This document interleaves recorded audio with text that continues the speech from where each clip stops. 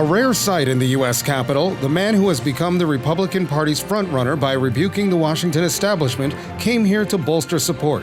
Donald Trump took center stage at the annual conference of the American-Israel Public Affairs Committee. AIPAC, as it's commonly known, is the largest pro-Israel lobbying group in the U.S.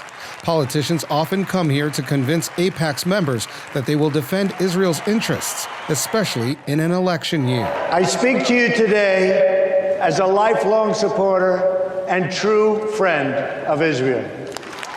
Trump, known for his off-the-cuff remarks, delivered a scripted speech at the conference. He previously said that he wanted to remain neutral in the Israeli-Palestinian conflict.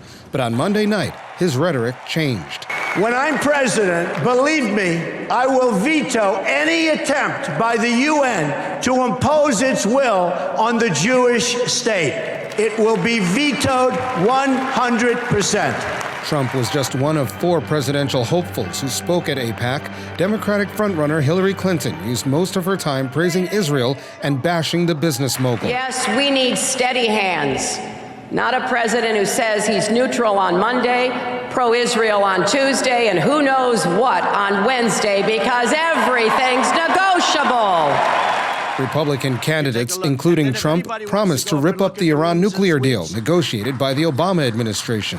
The pact has been a sore point between the White House and Israeli Prime Minister Benjamin Netanyahu. And while tough talk from Donald Trump and others was welcomed by thousands inside the convention, it was a much different picture outside the venue. As you can see behind me, Donald Trump's presence at AIPAC has encouraged dozens of demonstrators to come out and protest. This, as the Trump campaign says, it's beefing up its security after a string of violence and protests at several of the Republican presidential candidates' events.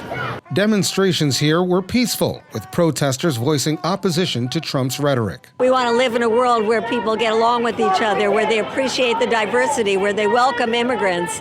And that is not AIPAC, that is not Israel, and that's not Donald Trump. Democrat Bernie Sanders, the only Jewish presidential candidate, opted to skip the AIPAC conference, choosing instead to campaign ahead of nominating contests this week, while the rest of the field hopes that their appearances at AIPAC reward them at the polls.